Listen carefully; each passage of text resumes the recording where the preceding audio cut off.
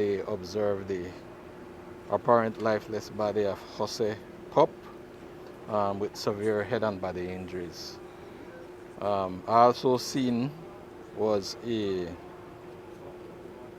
gray in color pickup, which at the time was driven by one Gerardo Arevalo.